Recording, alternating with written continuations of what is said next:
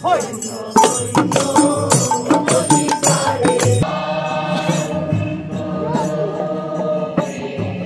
আমরা চলেছি বর্ধমানের একটা অসাধারণ সুন্দর জায়গায়। আর আমরা যেহেতু বোলপুর থেকে যাচ্ছি, তাই আমাদের এই ইলামবাজারের জঙ্গলটা ক্রস করতেই হয়। ইলামবাজার জঙ্গল ক্রস করে এখন আমরা অজয় নদী ক্রস করছি। এই হচ্ছে অজয় নদী। আর এই অজয় নদী পার করার পরেই আমরা ঢুকে যাব বর্ধমান জেলায়। এবং কিছু দূর গিয়ে বাঁদিকে আমরা টার্ন নেব, যেটা রাস্তাটা হচ্ছে অসাধারণ সুন্দর। জঙ্গলের ভিতর দিয়ে, বিশাল একটা ফরেস্টের ভিতর দিয়ে আমরা আসলাম। সেই জঙ্গলের সৌন্দর্য উপভোগ করতে করতে আমি ভিডিও করতেই ভুলে গেছি। যাই হোক, আমরা এখন একদম পৌঁছে গেছি সেই জায়গাটায় যেখানে আজকে আমাদের আসার উদ্দেশ্য। সেটা হলো বন নবগ্রাম বাউল ফকির আশ্রম। ওই যে গাড়ি দাঁড়িয়ে আছে, এটাই হচ্ছে রাস্তা। একদম রাস্তার ধারে 1.3 একর জমিতে এই আশ্রমটি গড়ে উঠেছে। এখানে বাউল গান এবং বাউলদের নিয়ে ওয়ার্কশপ করা হয়। দেশ বিদেশ থেকে বাউলরা এখানে আসেন বাউল চর্চা করতে। এবং এখানে একটা রয়েছে খোলা মঞ্চ, এখানেই আজকের প্রোগ্রাম। আর এখানে চাষ করা হয় নানা রকম শাক সবজি। চারিদিকে ফাঁকা, সুন্দর, খোলা একটা মনোরম পরিবেশ, অসাধারণ একটা পরিবেশ। শুধু তাই নয়, এখানে রয়েছে অনেক রকমের গাছ, ফলের গাছ, ফুলের গাছ, নানা রকম ফুল দিয়ে সাজানো। এখানে রয়েছে একটা পুকুর যেখানে মাছ চাষ করা হয়। হয়তো শীতকালে এই জায়গাটা আরও সুন্দর লাগবে। আর আজকের প্রোগ্রামটাও একটু অন্যরকম বলতে অনেকটাই অন্যরকম। ওই যে সবাই যাচ্ছেন লাইন করে পুকুরের ধারে, সবাই এখন পুকুরের ধারে গোল করে ওখানে দাঁড়িয়েই গান করবেন। কি সুন্দর না ব্যাপারটা! কেবলমাত্র মঞ্চে দাঁড়িয়ে গান করা নয়, ঘুরে ঘুরে, এদিক ওদিক ঘুরে ঘুরে, হেঁটে হেঁটে, নাচতে নাচতে গান। কি সুন্দর ছোট্ট ছোট্ট কুটুরির মতো ঘরগুলো সাজানো গোছানো। যেসব শিল্পীরা, যেসব বাউলরা বাইরে থেকে আসেন, ওনারা এই কুটিরগুলোতে রাত কাটান। চলো আমরা এখন একটু গান শুনে নিই।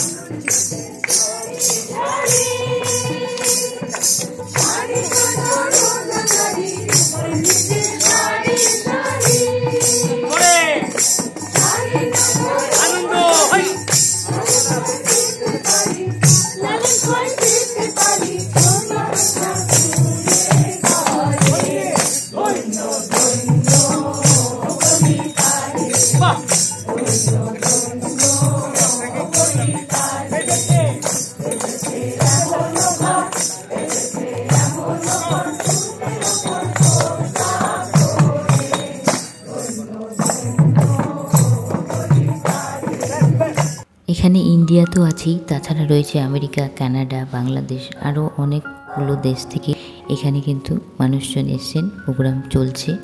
আর এখানে রয়েছেন তার সাথে সাথে অনেক গ্রামবাসী। এখানকার এলাকার অনেক মানুষ কিন্তু এই প্রোগ্রামটা দেখতে এসছেন। গ্রামের মানুষ, মাটির মানুষ, বাংলার মানুষ, বাংলা গানের অনুষ্ঠান। আর আজকের প্রোগ্রামটাও শুধুমাত্র বাংলা গানের। এখানকার মানুষজন নিজের হাতে যে তৈরি করে কাঁথা স্টিক, সেইগুলো অনেকগুলো ছোট ছোট স্টল এখানে বসেছে, নিজের হাতের তৈরি। আর এই যে পুকুরের চারপাশে সবাই গোল করে দাঁড়িয়ে গান করছেন। এবং ভালো করে যদি লক্ষ্য করো তাহলে দেখতে পাবে যে সবার হাতে কিন্তু ক্যান্ডেল, সবাই কিন্তু মোমবাতি জ্বালিয়ে এইখানে গান করছে। মোমবাতি হাতে নিয়ে যে গানটা করছে সেটা হলো, আগুনের পরশ মনি ছোঁয়াও প্রাণে, এ জীবন পূর্ণ করো, এ জীবন পূর্ণ করো, এ জীবন পূর্ণ করো দহন দালে, আগুনের পরশ মনি।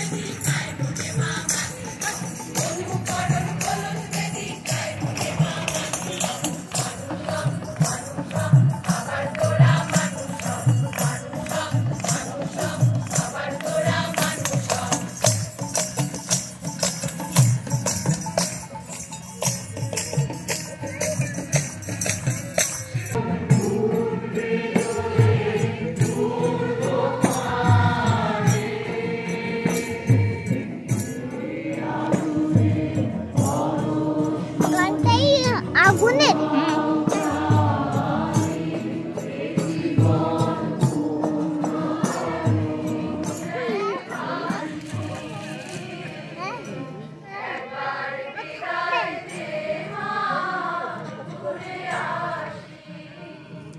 গান বাজনা তো বেশ জমে উঠেছে। তার পাশাপাশি এই যে আশ্রমের যে জায়গাটা, রাত্রিবেলা ঠিক দেখো আলোয় আলোয় একদম ভরে গেছে। কি সুন্দর লাগছে চারপাশটা। কোথাও গাছের উপর আলো গিয়ে পড়ছে, কোথাও বা একটু ছায়া। এখান থেকে ফিরতে ইচ্ছে করছে না। এদিকে দেখো সবাই একই রঙের শাড়ি পরে, কত সুন্দর লাগছে সত্যি। এখানে যদি সবাই যে যার মতো করে শাড়ি পরে ড্রেস পরে আসতো, অতটা ভালো লাগতো না, কিন্তু যতটা এখন ভালো লাগছে সবাই যখন একই রকমের শাড়ি পরে এসছে।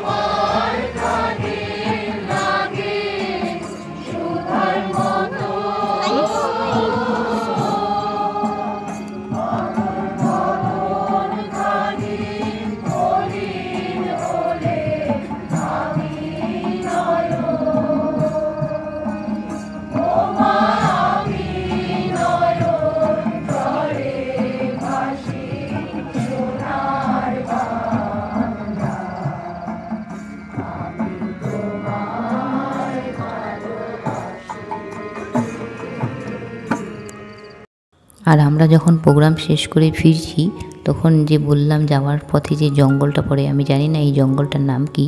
এই জঙ্গলটা দেখো ঘুটঘুটে অন্ধকার, আমরা ছাড়া আর কেউ নেই মনে হচ্ছে। গাড়িতে বসে বসে শুধু এটাই ভাবছি, দিনের বেলা যখন আমরা এই একই জঙ্গলের মাঝখান দিয়ে গেলাম তখন তার এক রূপ, এখন তার আরেক রূপ।